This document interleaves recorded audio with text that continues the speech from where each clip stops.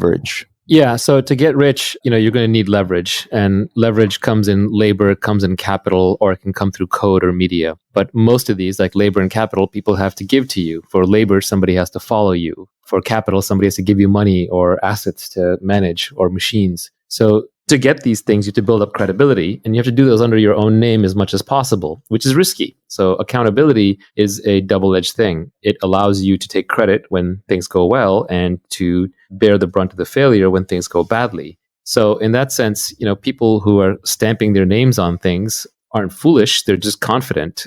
Maybe it turns out to be foolish in the end, but if you look at a Kanye or an Oprah or a Trump or an Elon or anyone like that, these people can get rich just off their name, because their name is such powerful branding.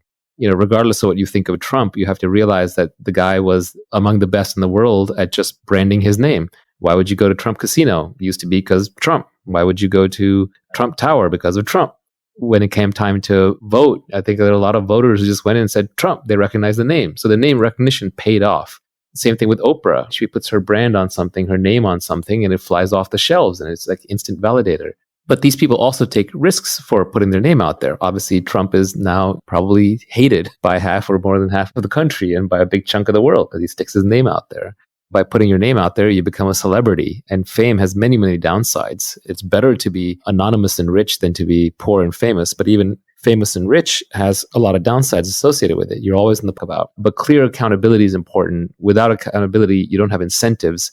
Without accountability, you can't build credibility, but you take risk. So you take risk of failure, you take risk of humiliation, you take risk of failure under your own name, which, luckily in modern society, there's no more debtor's prison and people don't go to jail or get executed for losing other people's money. But we're still socially hardwired to not fail in public under our own names. And the people who have the ability to fail in public under their own names actually gain a lot of power. For example, I'll give a personal anecdote. Up until about 2013, 2014, my public persona was entirely around startups and investing. And only around 2014, 2015 did I start talking about philosophy and psychological things and broader things. And it made me a little nervous because I was doing it under my own name. And there were definitely people in the industry who sent me messages through the back channel like, what are you doing? You're ending your career. This is stupid. And I just went with it. I took a risk. Same with crypto early on. I took a risk. But when you put your name out there, you take a risk with certain things, you also get to reap the rewards, you get the benefits.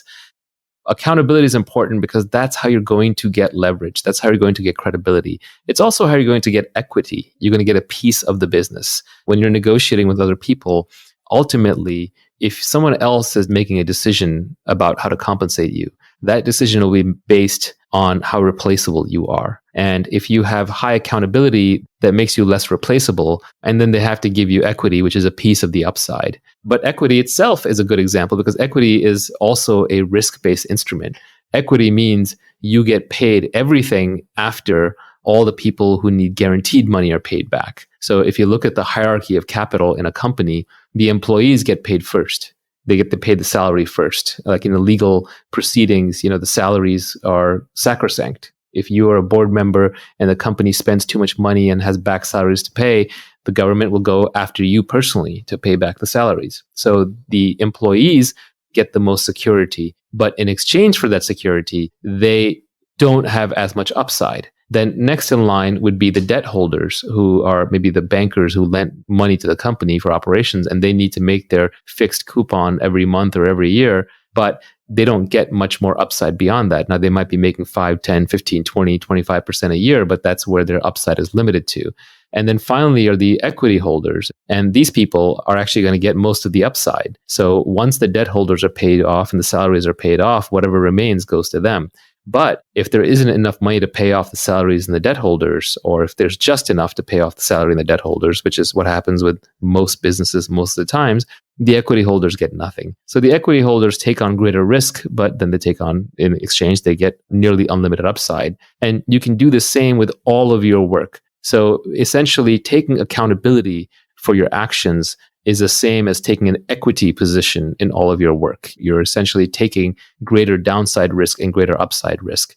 But realize that in modern society, the downside risk is not that large. Even personal bankruptcy can wipe the debts clean.